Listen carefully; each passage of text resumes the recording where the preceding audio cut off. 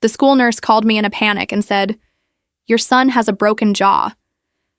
My heart dropped as I raced there, only to find him trembling and in pain. Then he whispered, "Dad, I went to Mom's office just to surprise her, and everything went horribly wrong." Imagine realizing the life you've built, the family you cherish, is a meticulously crafted lie. Imagine finding out the woman you love, the mother of your child, has betrayed you so profoundly that your own son pays the price with a broken jaw. But then, imagine a quiet, disciplined man, forged in the fires of special forces, deciding that a debt has just been incurred, and he's the one who always collects.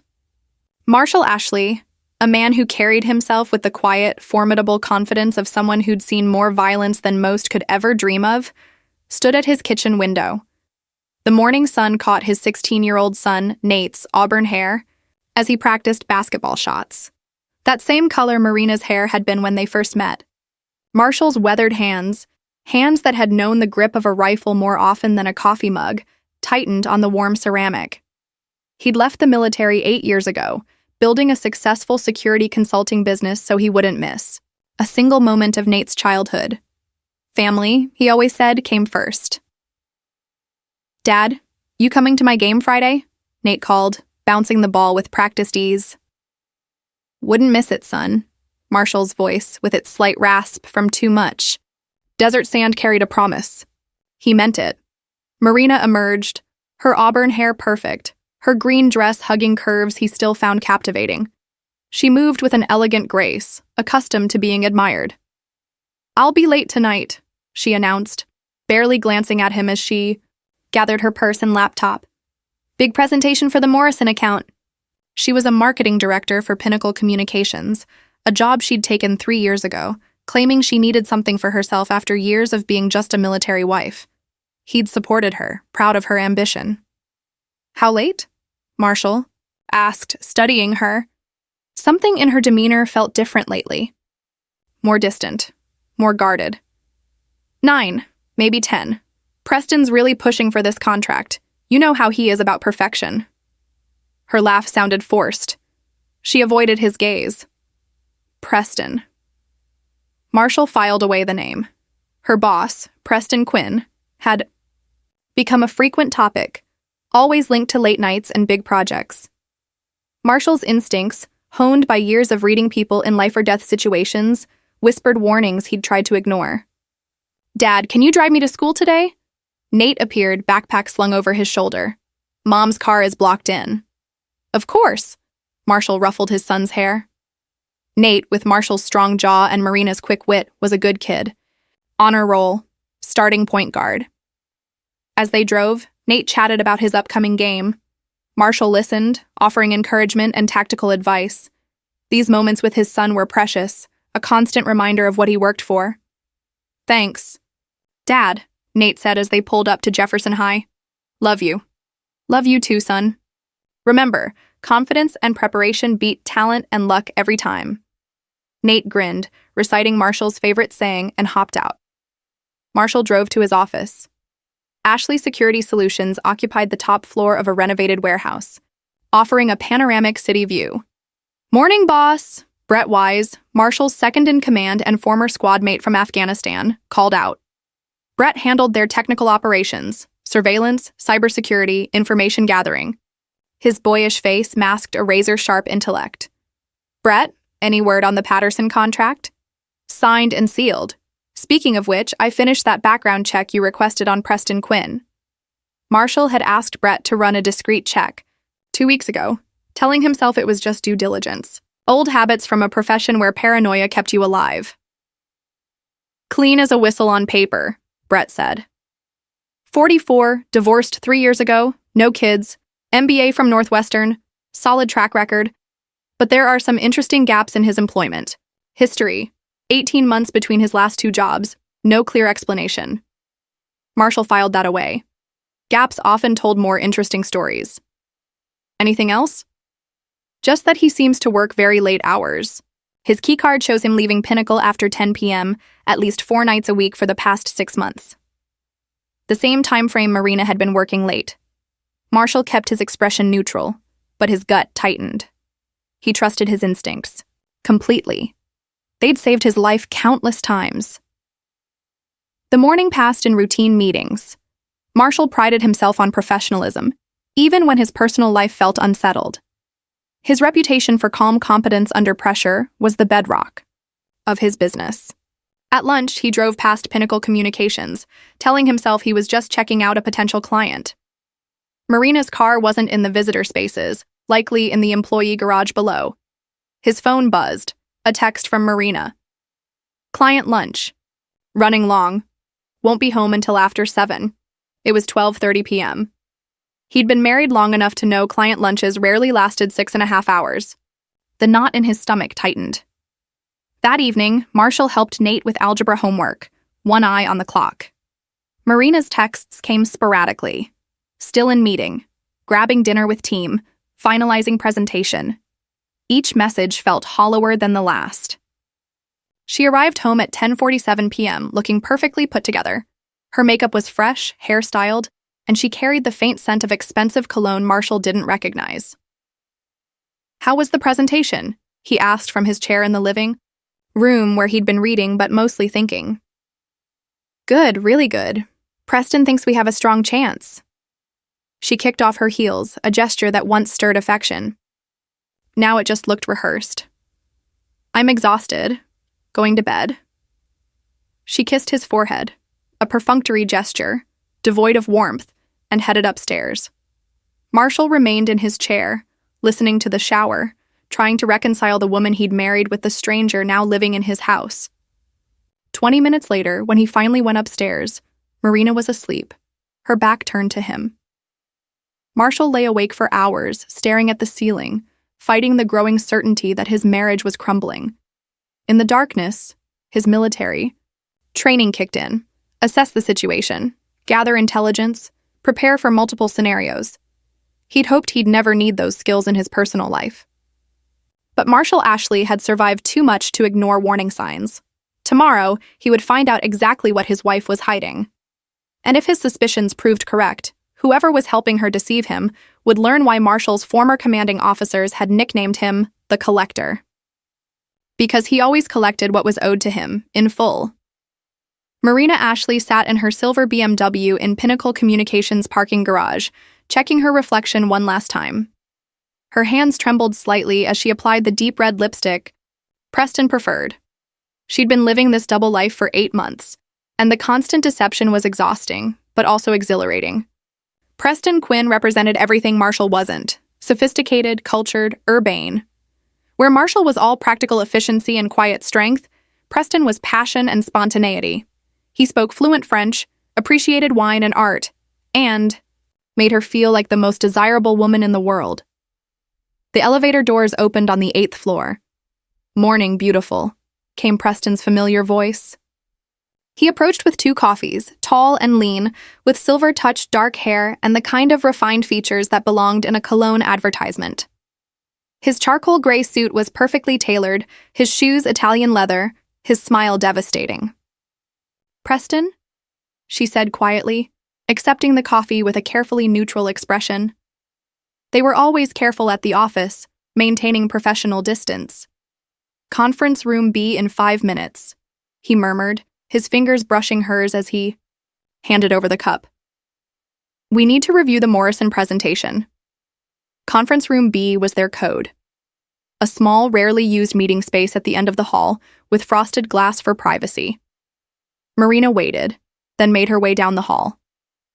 Anyone watching would see a director heading to a routine meeting. Preston was already there. The moment the door clicked shut, the professional facades vanished. He pulled her into his arms, kissing her with the intensity that had ignited their affair. "I've been thinking about you all night," he whispered, his hands tangling in her hair. "Preston, we can't. Not here." But even as she protested, Marina melted into his embrace. The guilt that constantly gnawed at her dissolved in moments like these, replaced by a rush of desire and the intoxicating feeling of being wanted.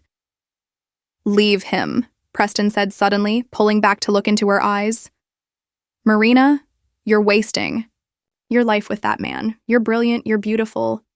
You deserve so much more than suburban mediocrity." It wasn't the first time, and each time it became harder to resist. Preston painted pictures of the life they could have: travel, culture, passion. He spoke of her potential, her intelligence, all the things Marshall had never seemed to notice. "It's not that simple," she said, though the words lacked conviction.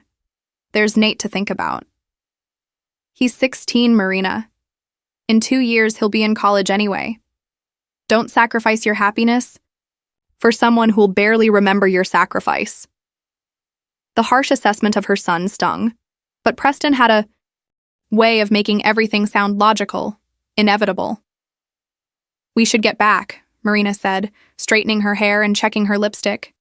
"People will notice." "Tonight," Preston said firmly. "My place. Tell him you're working late again." Marina nodded, already constructing the lie in her mind. Deception had become second nature. The rest of the day passed in a blur of meetings and calls. Marina threw herself into her work, genuinely loving the creative challenge. But underneath ran a constant current of anxiety. Living a double life required meticulous attention to detail, remembering which lies she'd told, ensuring her stories remained consistent, monitoring her behavior. She'd become an expert at reading Marshall's moods, watching for signs of suspicion. Lately, he'd seemed more observant, asking more questions. Marina told herself it was paranoia, but Marshall's years in special forces had given him an almost supernatural ability to detect deception. At 4:30 p.m., she texted Marshall about working late using their usual script. His response was brief. "Okay, drive safely." Preston's downtown condo was a world away from her suburban home with its family photos and Nate's basketball trophies. "Wine?" Preston asked, already pulling a bottle of Bordeaux. "Please." Marina settled onto his Italian leather sofa. "Here." Surrounded by Preston's curated art, she could pretend to be someone else entirely. Not Marshall Ashley's wife or Nate's mother, but simply Marina, a sophisticated woman deserving of passion and luxury. "I've been thinking," Preston said, settling beside her, "about us, about the future." "Preston, hear me out." He set down his wine and took her hands. "I'm 44, Marina. I've been married and divorced, focused on my career. But with you, I've realized what I've been missing. I want to build a life together." The intensity in his dark eyes made her pulse race. "What are you saying?" "I'm saying I love you. I'm saying I want to marry you." He reached into his jacket pocket and withdrew a small velvet box. "I'm saying I want you to leave Marshall and build something real with me." Marina's breath caught. The ring was exquisite, a 3-carat emerald-cut diamond set in platinum. "It's beautiful," she whispered. "Try it on." With trembling fingers, Marina slipped the ring onto her right hand. It fit perfectly.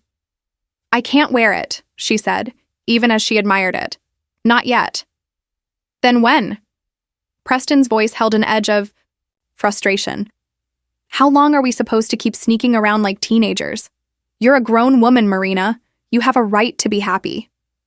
"I need time to figure out how to tell Nate, how to tell Marshall."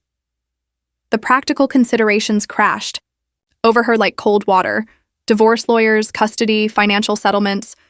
It meant tearing apart the life she'd built, hurting her son, and facing Marshall's reaction. For all his quiet demeanor, Marina knew her husband well enough to understand that he was not a man who would accept betrayal gracefully. "Promise me you'll think about it," Preston said, taking the ring back reluctantly. "Promise me you won't let fear keep you from the life you deserve." Marina nodded, though part of her wondered if she was being asked to choose between security and passion, or between two different versions of herself. With Marshall, she was stable, responsible, safe. With Preston, she was desired, sophisticated, alive. As she drove home later that evening, the weight of the decision pressed down on her. The suburbs looked different, smaller, more confining, more ordinary. Marshall was reading in his chair when she arrived, the lamp casting warm light across his weathered features. He looked up, his gray eyes studying her with an intensity that had once made her feel protected, but now felt invasive. "How was your day?" he asked, closing his book. "Good, productive. The Morrison presentation's going well. Preston thinks we have a real shot." The lie came easily now. That's good, honey. You've worked so hard. The conversation felt normal, almost nostalgic. For a moment, Marina wondered if she was making a mistake. Then her phone buzzed. A text from Preston. The familiar thrill ran through her. He kissed her forehead, the same gentle gesture he'd performed for 15 years. And she realized he was simply being Marshall, protective, caring, completely devoted to his family, which made her betrayal all the more devastating, and all the more necessary. Because somewhere along the way, his devotion had begun to feel like a cage, and Preston's passion felt like the key to freedom. As she headed upstairs to shower, Marina caught sight of herself in the hallway mirror. The woman looking back was beautiful, successful, living a life most people would envy. But behind her green eyes lay the weight of a choice that would soon destroy everything Marshall had worked to build, everything they'd shared. And for the first time, Marina wondered if the price of her happiness might be too high for everyone else to pay. The phone call came that Tuesday afternoon while Marshall was reviewing security protocols. Brett Wise looked up as Marshall's phone buzzed insistently. Ashley Security Solutions. Mr. Ashley, this is Patricia Collins from Jefferson High School. I'm the school nurse. Marshall's full attention snapped to the call. School nurses didn't call for minor issues. What's wrong? Your son Nate has been injured. You need to come to the hospital immediately. We're at General Memorial. What happened? Marshall was already grabbing his keys, motioning for Brett to follow.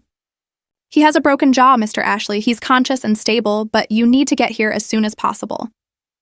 The drive to the hospital passed in a blur of traffic lights and racing thoughts. Sports injury? Accident? Fight? None of them prepared him for what he found. Nate sat on an examination bed, his face swollen and bruised, his jaw visibly misaligned.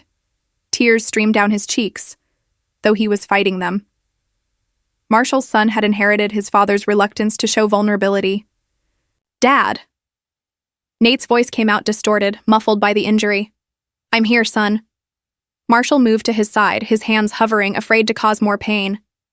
What happened? The story came out in halting, painful fragments.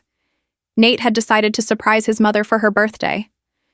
He'd saved money from his part-time job, bought her flowers, and convinced a friend to drive him downtown during lunch.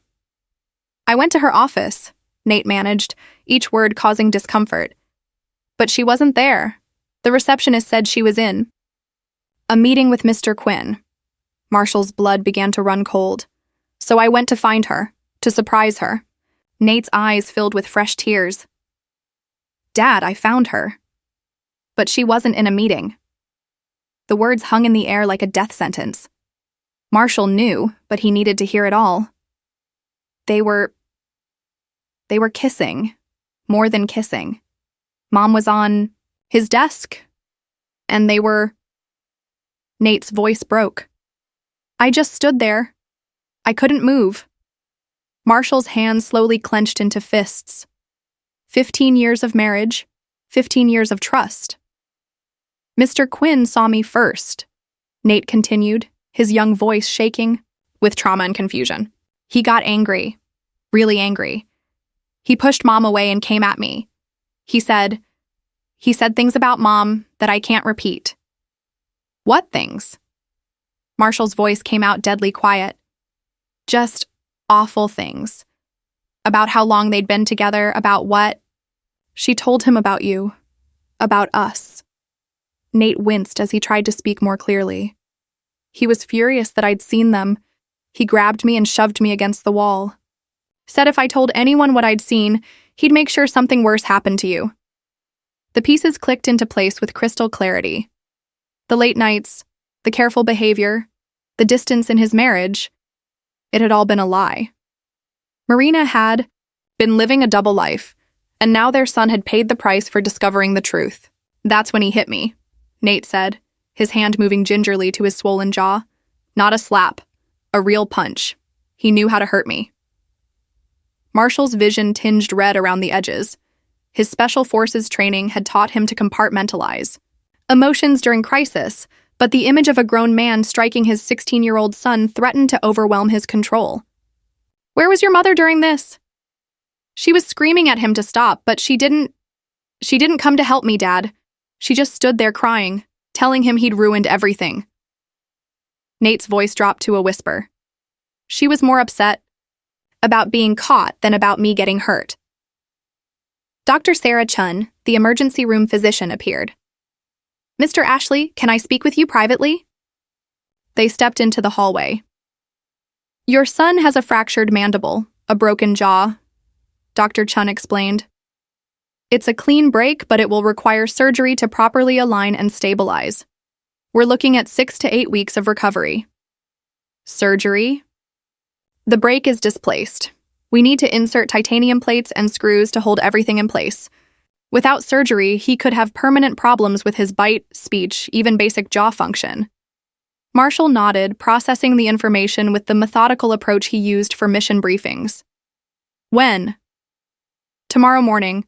We'll need to keep him overnight for observation. Head injuries can be tricky.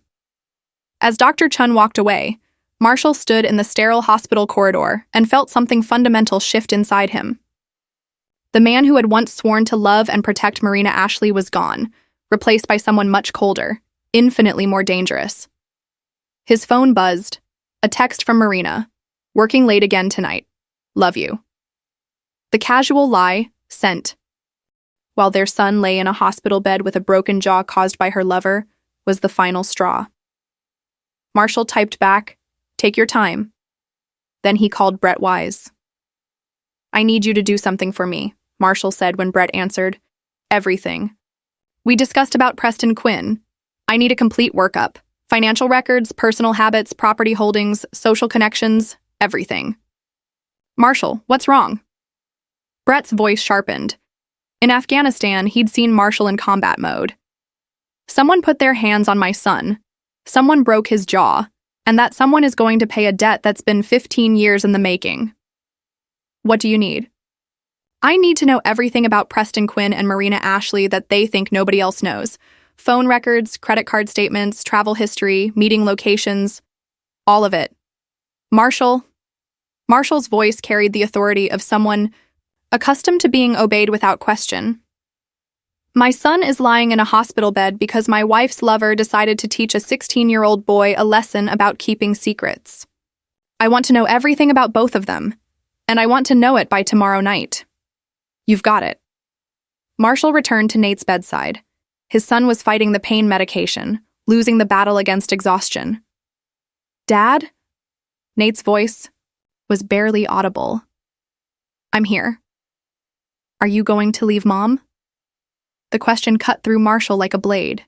His son, injured, traumatized, worried about his parents' marriage. "Don't worry about that right now," Marshall said gently. "Just focus on getting better." "But what Mr. Quinn said, about what Mom told him about you, about our family." Fresh tears leaked from Nate's swollen eyes. "Was any of it real? Was she ever happy with us?" Marshall looked at his son, his flesh and blood, the center of his universe, and made a decision that would define everything that came next. "Son, I want you to listen to me very carefully. What happened today wasn't your fault. What you saw, what was done to you, none of it was your fault." Marshall's voice was steady, but beneath the surface, a cold fury was building to a roar.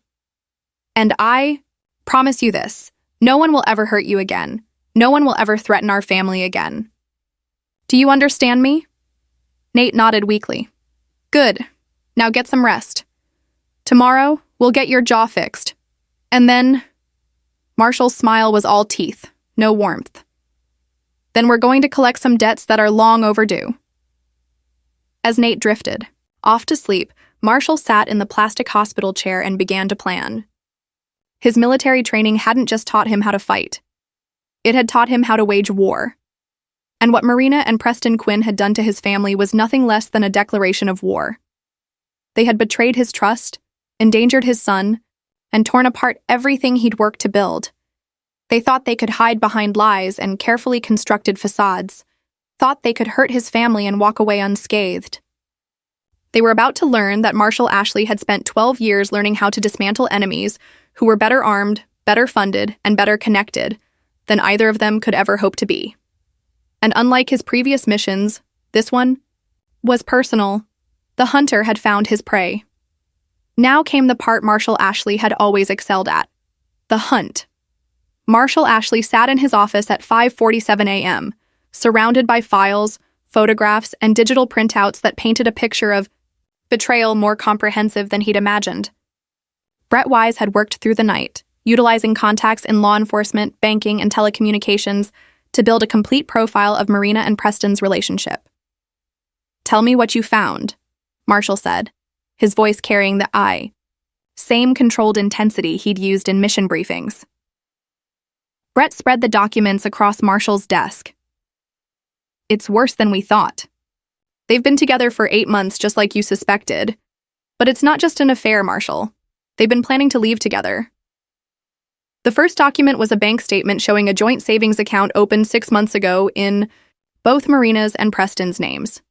The balance showed $47,000 in deposits, all from Marina's personal checking account. "She's been skimming money from your household account," Brett continued. "Small amounts at first. 200 here, 300 there.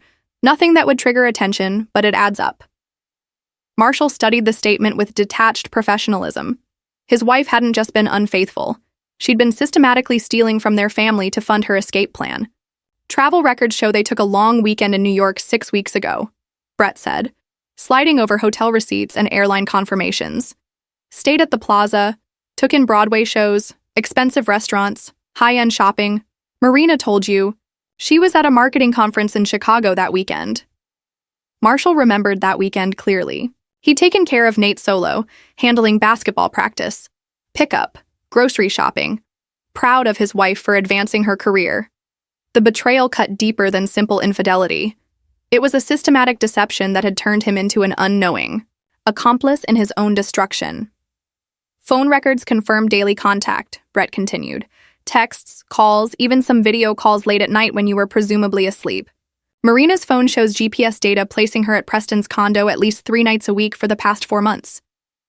The technological evidence painted a picture of a woman living a complete double life.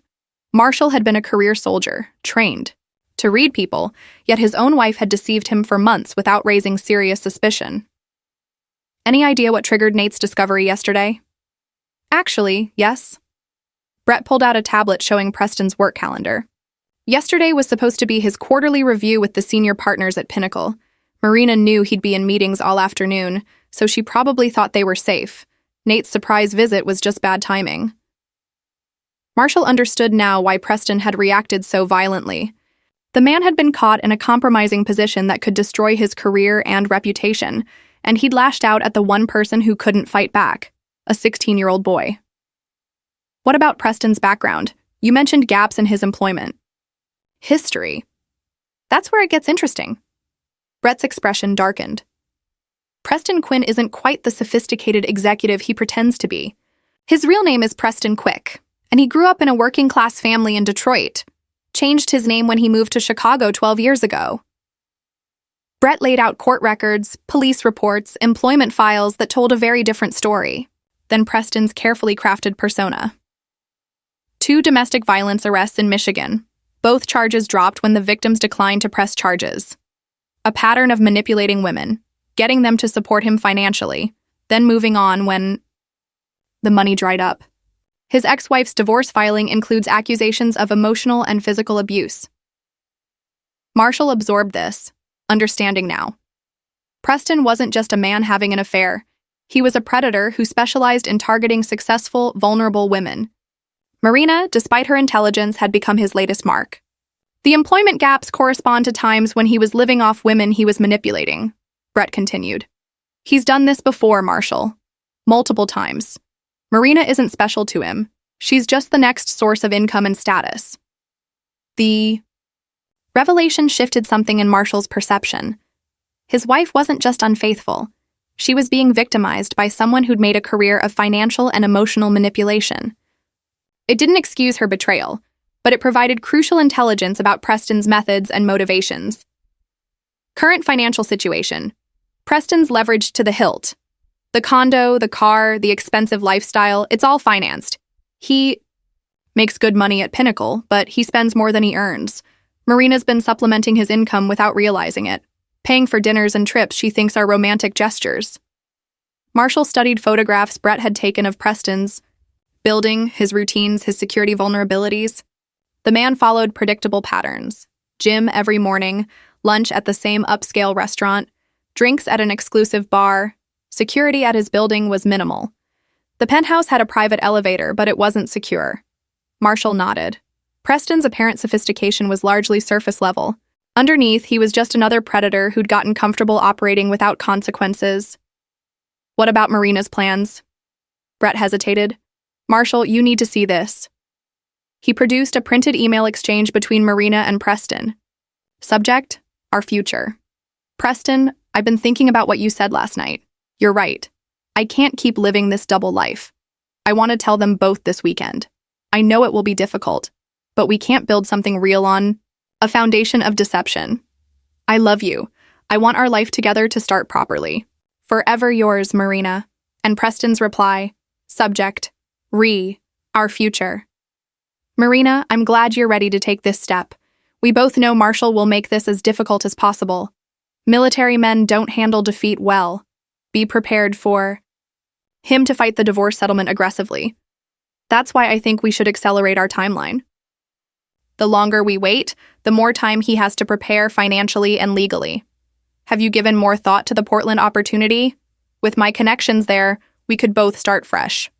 New city, new opportunities, new life together. Your marketing skills would be perfect for the tech industry there. I love you too. Soon we won't have to hide anymore. P. Marshall. Read the exchange twice, processing the full scope of their planning. Marina wasn't just having an affair. She was preparing to leave him, to take Nate across the country to start a new life with Preston. The timeline suggested they'd been planning to tell him this weekend, just 3 days after Preston had violently assaulted their son. There's more, Brett said quietly. He produced a legal document, a consultation agreement with a Portland divorce attorney, signed by Marina Ashley. She contacted a lawyer 2 weeks ago. Initial consultation about complex asset division and interstate custody arrangements. The attorney's notes suggest she was seeking advice about minimizing Marshall's parental rights and maximizing her share of joint assets. The final piece of the puzzle fell into place. Marina wasn't just leaving him. She was planning to take everything she could, including his son, and disappear to the other side of the country with a man who specialized in manipulating and discarding women. Marshall stood and walked to his office window, looking out over the city where his wife and her lover believed they were orchestrating his downfall without his knowledge. For 8 months, they'd been planning, scheming, preparing to destroy everything he built and leave him with nothing. But they'd made a critical error in their calculations. They'd assumed Marshall Ashley was just another civilian husband who would react with emotional devastation and legal challenges. They had no understanding of what 12 years in special forces had taught him about strategic planning, operational security, and the systematic destruction of enemy assets. Brett, Marshall said without turning around, how long would it take you to arrange complete electronic surveillance on both of them? 24 hours. Phone taps, email monitoring, GPS tracking, audio surveillance of both their homes and offices. Do it. I want to know every conversation, every plan, every move they make. Marshall turned back to face his oldest friend and most trusted ally. And then I want you to help me design something special for them. What kind of special?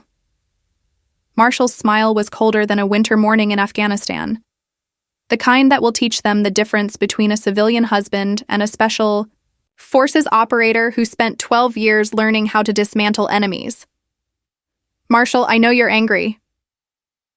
Angry doesn't begin to cover what I am, Brett. They broke my son's jaw. They've been stealing from my family. They're planning to take my child across the country and leave me with nothing. Marshall's voice remained perfectly controlled, which somehow made it more intimidating than shouting would have been. But I'm not going to react emotionally. I'm going to plan methodically, execute precisely, and ensure they understand exactly what they've cost themselves. Brett studied his friend's face, recognizing the transformation he'd witnessed in combat zones.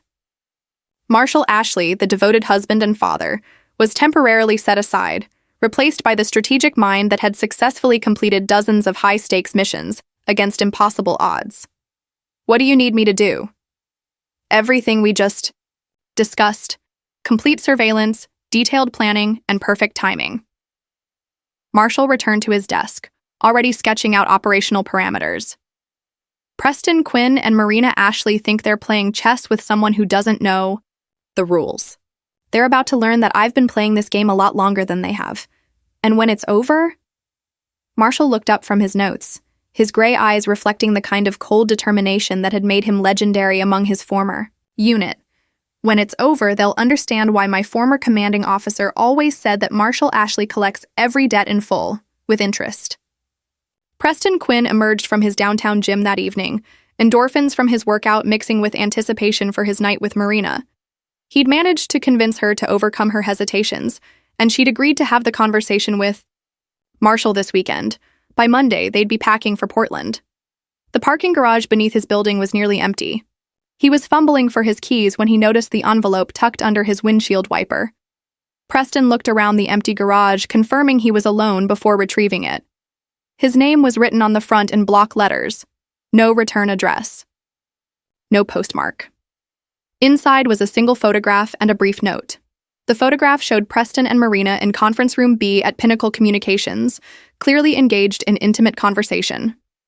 The image quality was professional, obviously taken with high-end surveillance equipment. The timestamp showed it had been taken just 6 hours earlier. The note was brief and to the point. Preston, actions have consequences. Secrets have expiration. Dates. 16-year-old boys deserve better than having their jaws broken by cowards. This is your only warning. A concerned observer. Preston's hands trembled as he read the note a second time. Someone knew about his relationship with Marina.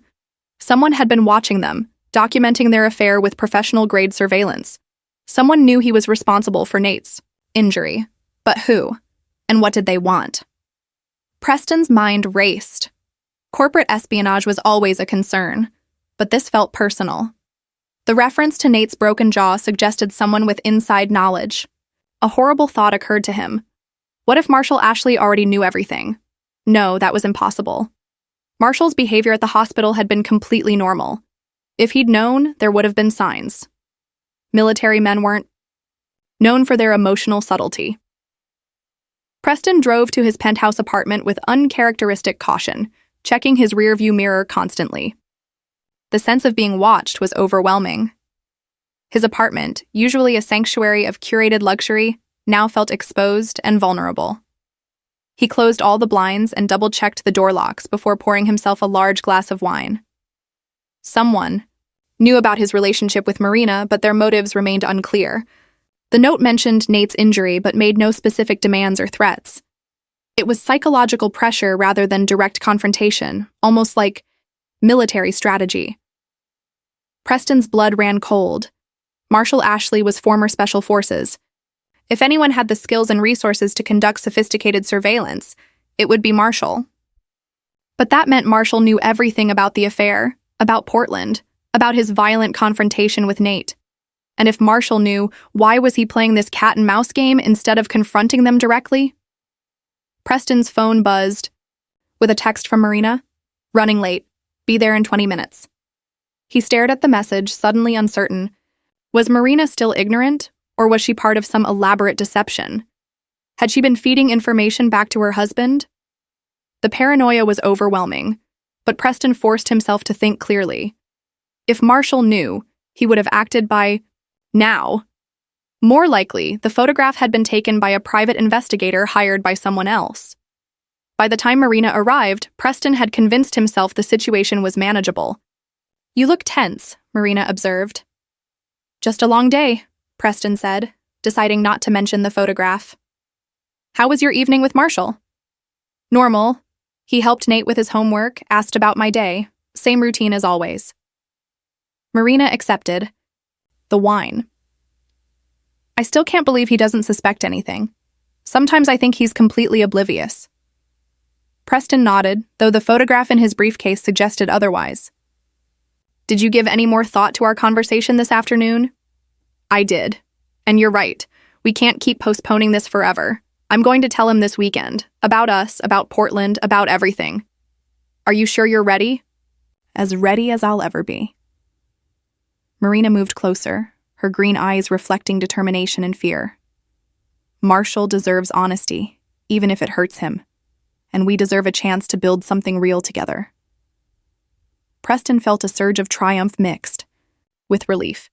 Despite his paranoia, their plans were still on track. By Monday, they'd be free. What Preston didn't know was that Marshall was sitting in his own living room across town, listening to their entire conversation through the surveillance equipment Brett had installed in Preston's apartment. Every word of their betrayal, every detail of their plans, every casual dismissal of his family's welfare was being recorded for posterity. "Brett?" Marshall said into his wireless headset.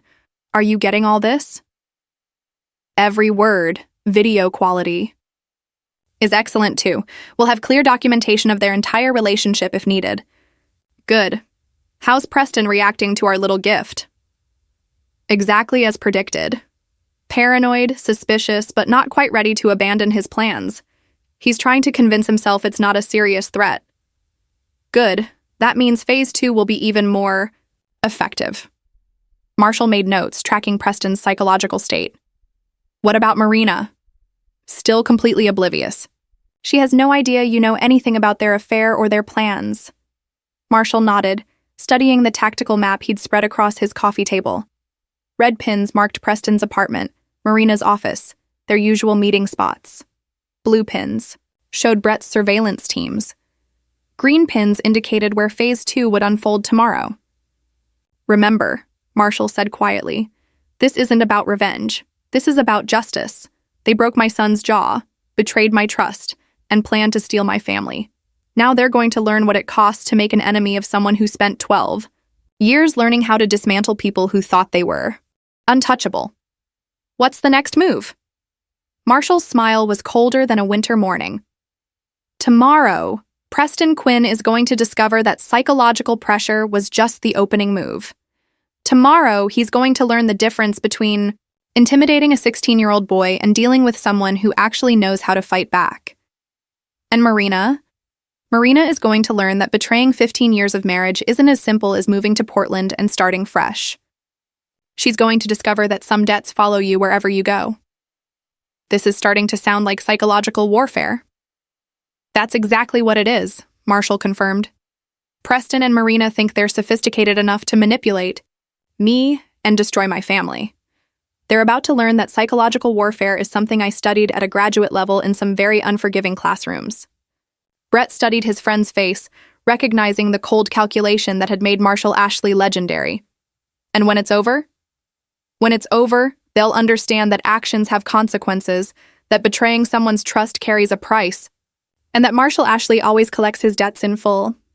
Marshall returned to his desk, sketching operational details.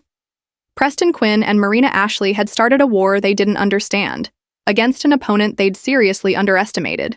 Now, the real education was about to begin. Preston. Quinn's Wednesday morning routine was disrupted before he even reached his office.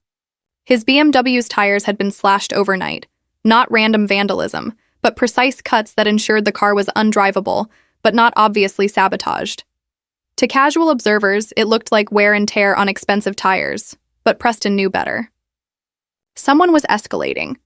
The taxi ride to Pinnacle Communications gave him time to think, but every conclusion led back to the same terrifying possibility. Marshall Ashley knew everything and was conducting a systematic psychological campaign, designed to break him down before moving to direct confrontation. "Mr. Quinn," his secretary looked up nervously as he entered. "There's been a problem with your computer. It says there was some kind of security breach overnight." Preston's blood pressure spiked. "What kind of breach?" "They're not sure yet. All your files are intact, but someone accessed your email account from an external IP address. They want to interview you about potential security vulnerabilities." Preston nodded grimly, understanding that his private communications with Marina were now likely in enemy hands. Whoever was targeting him had escalated from surveillance to active cyber warfare. "Sir," his secretary continued, clearly uncomfortable, "there's also a gentleman here to see you. He says it's about a security consultation for your building's management company." Preston's instinct screamed danger, but turning away a legitimate business visitor would raise more questions than accepting the meeting. Send him in. The man who entered Preston's office was unremarkable in every way. Medium height, average build, conservatively dressed in a gray suit. His face was completely forgettable, the kind of appearance that specialized intelligence operatives cultivated. Mr. Quinn, I'm Cameron Silva from Titan Security Solutions. The man's handshake was firm but not aggressive, his smile professional but not warm. I understand you live in the Meridian building downtown. That's correct. Preston remained standing, every instinct telling him this was no ordinary sales call. We've been contracted by your building's management company to assess security vulnerabilities for high-profile residents. Recent incidents in similar buildings have raised concerns about personal safety and privacy protection. What kind of incidents?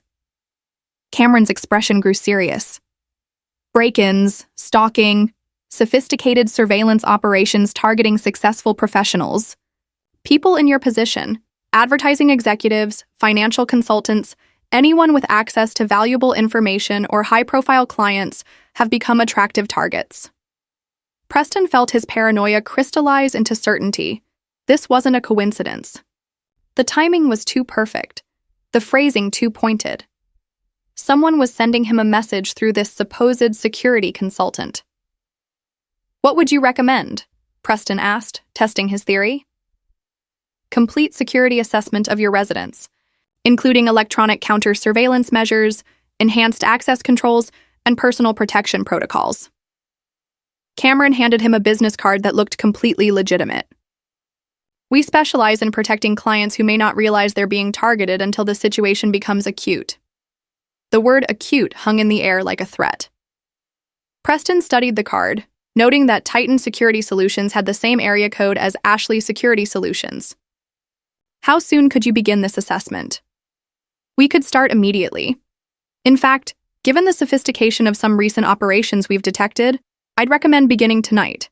Surveillance teams often escalate their activities after business, hours when they assume their targets are more vulnerable.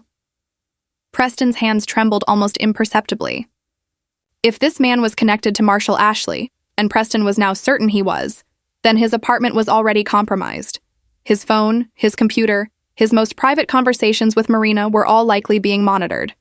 I'll need to check with my building's management company, Preston said, trying to buy time. Of course. Cameron's smile never wavered. Though you might want to hurry. Our intelligence suggests that whoever's been watching you is planning to escalate their operations very soon, possibly as early as this weekend. This weekend. When Preston and Marina were planning to tell Marshall, the timing couldn't be coincidental. I appreciate the information, Preston said carefully. I'll be in touch. Excellent. Oh, and Mr. Quinn? Cameron paused at the door. You might want to reconsider any travel plans you have for the immediate future. People who feel cornered sometimes make desperate decisions that put innocent bystanders at risk. After Cameron left, Preston sat heavily in his executive chair, trying to process the full scope of what was happening. Marshall Ashley knew everything. He was conducting a sophisticated psychological warfare campaign designed to destabilize Preston's confidence and disrupt his plans. And he had the resources and expertise to make good on any threats he might choose to make. Preston's phone buzzed. With a text from Marina. Emergency meeting with Morrison client. Won't be able to meet for lunch. Sorry. But Preston knew Marina well enough to detect the subtle changes. The message felt different, more formal, less intimate. Either she was genuinely overwhelmed with work, or she was beginning to sense that their relationship had attracted unwanted attention. At 2:30 p.m., Preston's worst fears were confirmed when his ex-wife called from Michigan. Preston, this is awkward, but I need to ask you something. Has anyone been asking questions about our marriage, about the divorce? Preston's stomach dropped.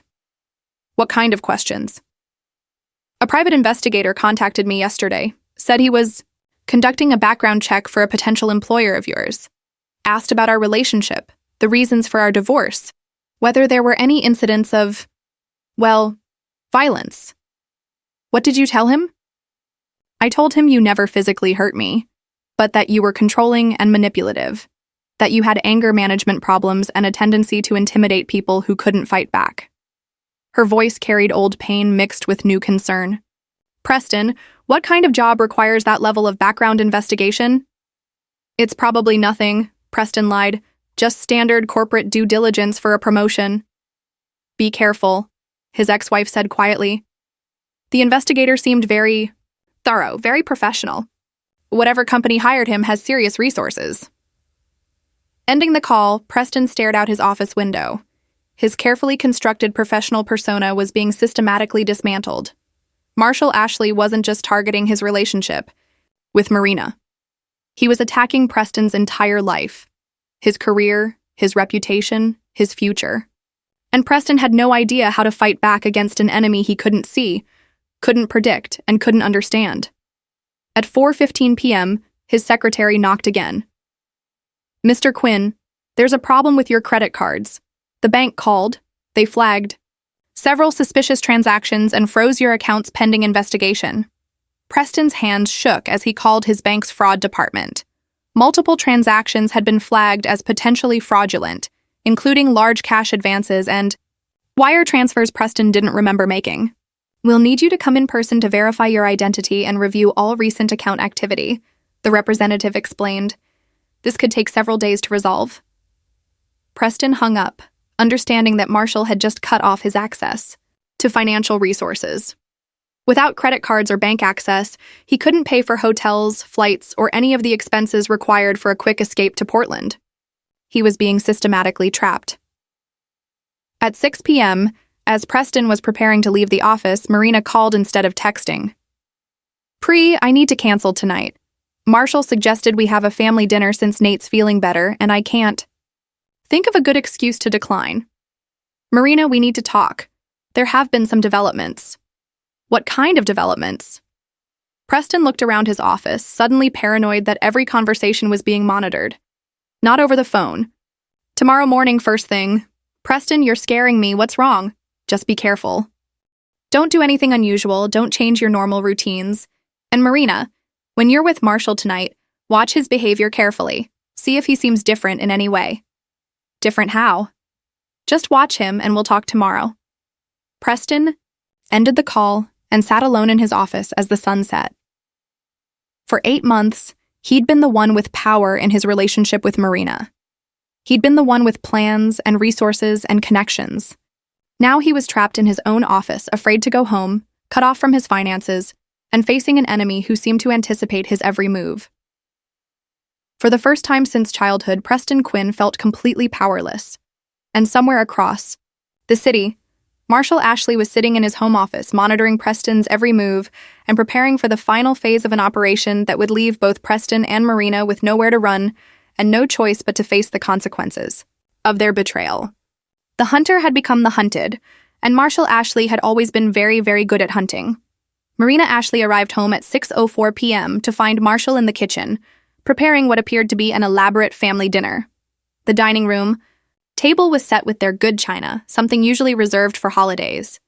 Candles flickered, and the aroma of her favorite meal filled the house.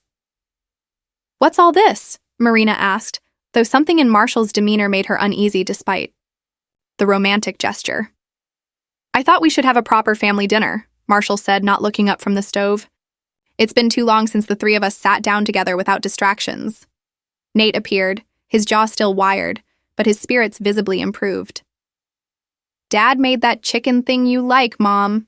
The one with the herbs." "That's wonderful, sweetheart." Marina kissed the top of Nate's head, noting how Marshall watched the interaction with unusual intensity. "How are you feeling?" "Better. Dr. Chun says I might be able to eat solid food next week." They settled around the dining room table, and for a moment, Marina could almost pretend they were still the happy family they'd once been. Marshall served dinner with the same careful attention he brought to everything, ensuring Nate's portion was properly liquefied and checking Marina had everything she needed.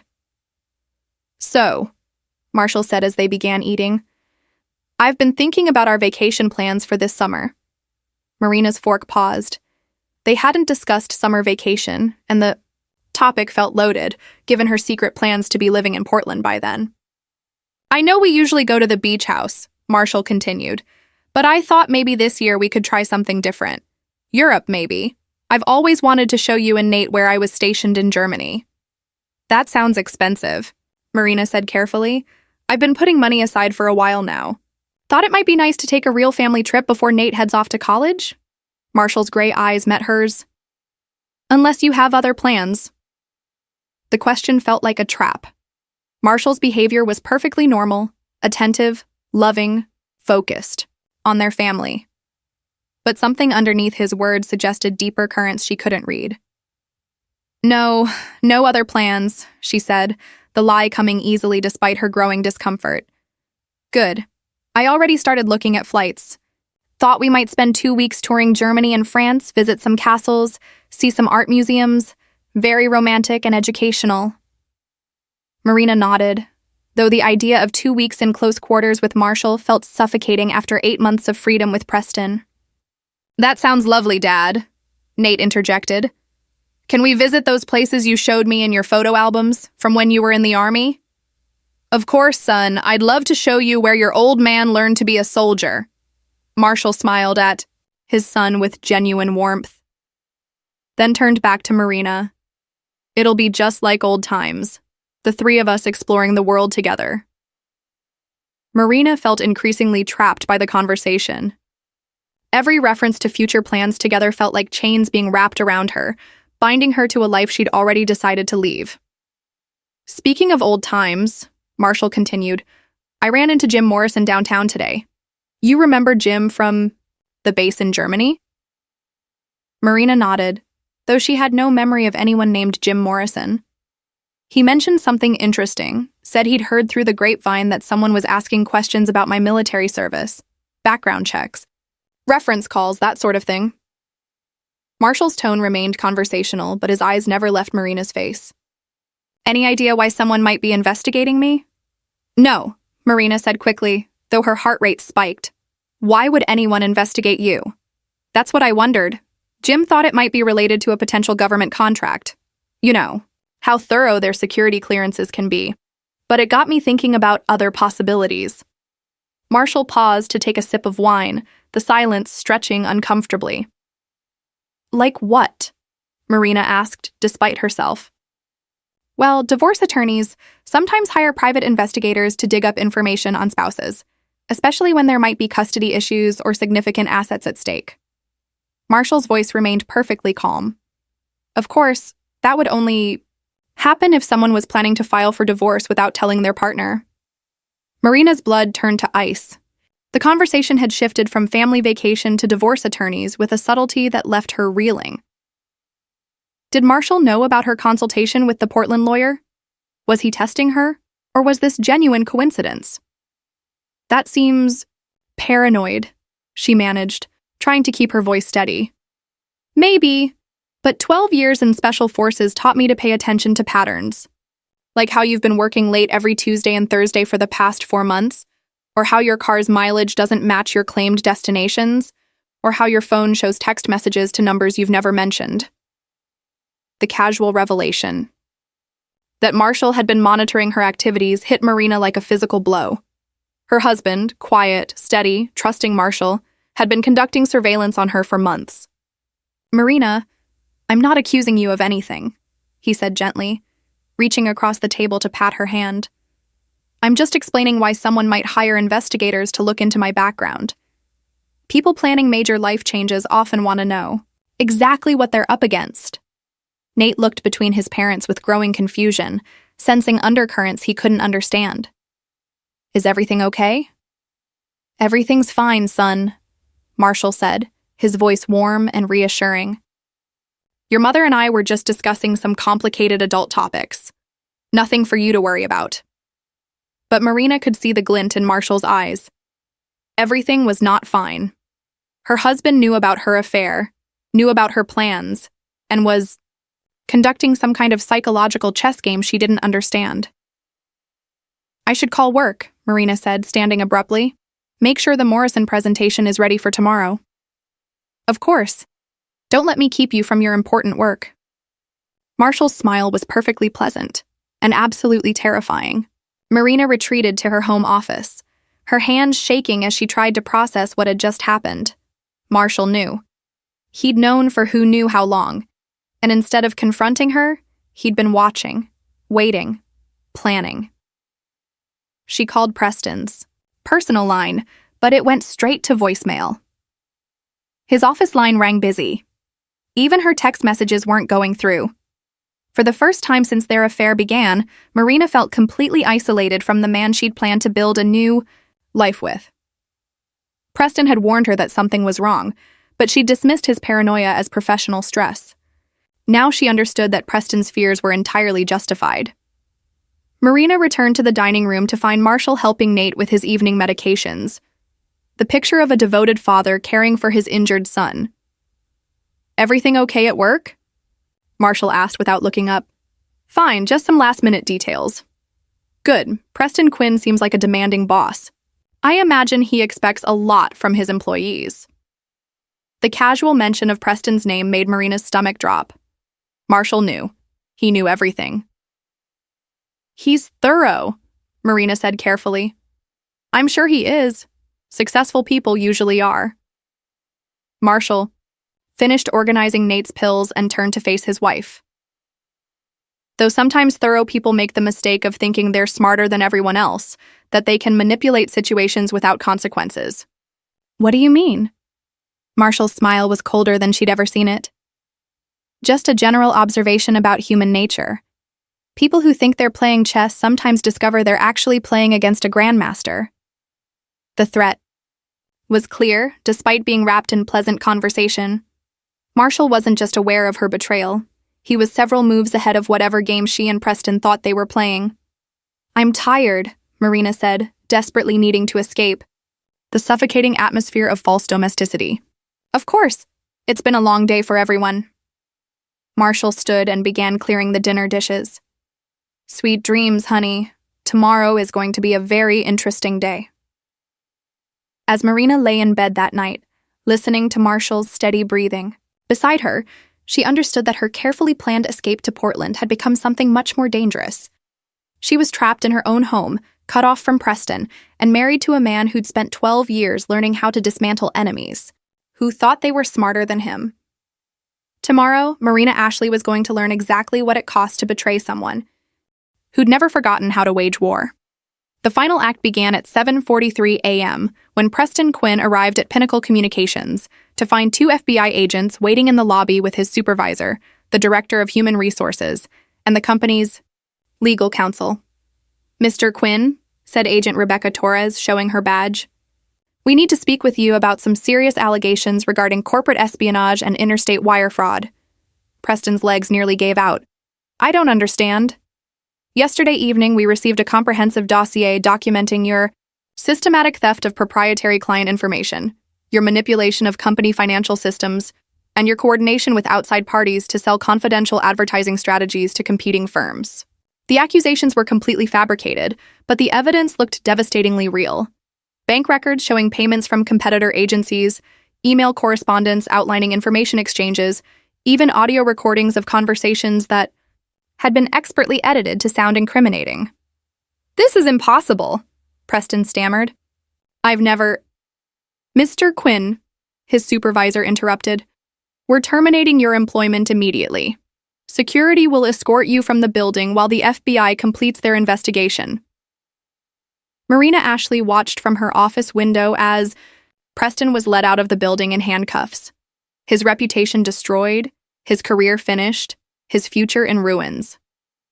The man who'd promised her sophistication and passion was now facing federal charges for crimes he'd never committed but couldn't prove he hadn't done.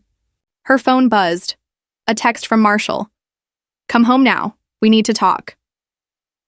Marina drove through the city in a daze, understanding that Preston's arrest was just the opening move in whatever Marshall had planned. By the time she reached their suburban home, she'd accepted that her husband had orchestrated the complete destruction of the man who'd broken their son's jaw. Marshall was waiting in the living room, no longer bothering to maintain the pretense of the loving husband. Brett Wise sat beside him, surrounded by surveillance equipment, legal documents, and photographs that chronicled 8 months of betrayal in excruciating detail. Sit down, Marina, Marshall said quietly. She remained standing, clinging to whatever dignity she had left. I suppose you know everything. I know that you've been having an affair with Preston Quinn for 8 months. I know you've stolen $47,000 from our joint accounts to fund your relationship. I know you consulted a divorce attorney in Portland about minimizing my parental rights and maximizing your asset recovery. Marshall's voice remained perfectly calm as he outlined the scope of her betrayal, each revelation hitting like a physical blow. I know that Preston Quinn violently assaulted our 16-year-old son to cover up your affair. I know you stood there and watched it. And I know you were planning to take Nate away from me and disappear to the other side of the country with a man who specializes in manipulating and abandoning women. Marshall, I can explain. No explanation necessary. Marshall stood, his gray eyes reflecting the kind of cold determination Marina had never seen before. You made your choices. You chose betrayal over loyalty. You chose a stranger over your family. You chose your own desires over your son's welfare. It wasn't like that. It was exactly like that. Brett Wise spoke for the first time, his boyish features hardened with disgust. We have recordings of you prioritizing your relationship with Preston over Nate's recovery. We have documentation of you stealing money from your family to pay for romantic getaways. We have evidence of you planning to take a 16-year-old boy away from his father to live with a man who'd already shown he was willing to violently hurt children. Marina felt the walls closing in around her. What do you want? What I want, Marshall said, is for you to understand that actions have consequences, that betraying someone's trust carries a price, and that some debts must be paid in full. He handed her a manila folder. Divorce papers. Filed this morning. You'll find the terms very straightforward. Marina opened the folder with trembling hands, scanning the legal documents that would dissolve 15 years of marriage. The settlement was devastating but legal. Marshall would retain the house, primary custody of Nate, and most of their joint assets. Marina would receive enough money to start over, but nowhere near enough to maintain her current lifestyle. You can't do this, she whispered. It's already done. The court has reviewed evidence of your adultery, your financial impropriety, and your plan to relocate our son without proper legal procedures. They've ruled in my favor on all major points. I'll fight this. I'll hire the best lawyer. With what money? Brett asked coldly. Your personal accounts have been frozen pending investigation of the stolen funds. Your employment at Pinnacle Communications has been terminated due to your association with Preston Quinn's criminal activities. And every reputable divorce attorney in the state has already been retained by Marshall's legal team, creating conflicts of interest that prevent them from representing you. Marina stared at the two men who'd systematically destroyed her life in less than 24 hours. You planned all of this. We responded to your choices, Marshall corrected. You chose to betray your family. We simply ensured that the consequences matched the scope of your betrayal. What about Nate? He's my son too. Nate will decide for himself whether he wants a relationship with the mother who watched a stranger break his jaw and said nothing. Marshall's voice carried no emotion whatsoever. But he'll make that decision from the safety of his father's house with people who actually put his welfare ahead of their own desires. Marina felt the last of her fight drain away. Preston was facing federal charges that would likely result in years in prison.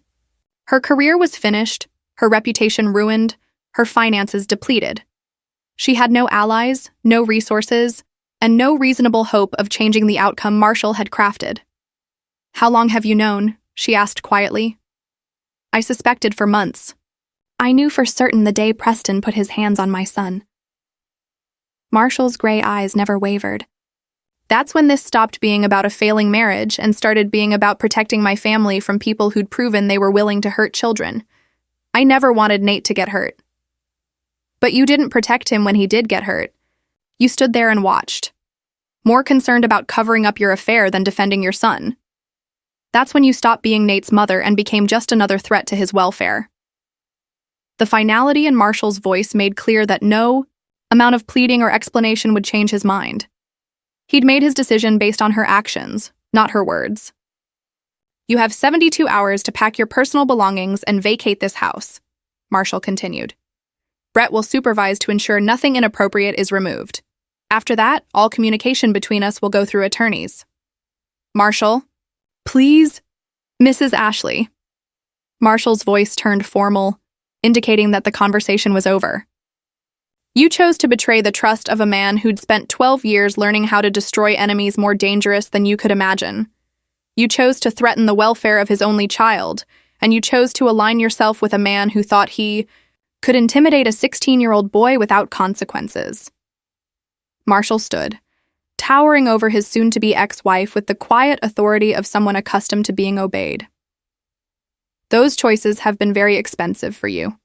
They've cost you your marriage, your family, your career, and your future.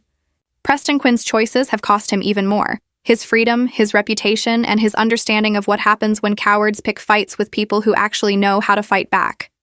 You've destroyed both our lives. No, Marshall said, quietly.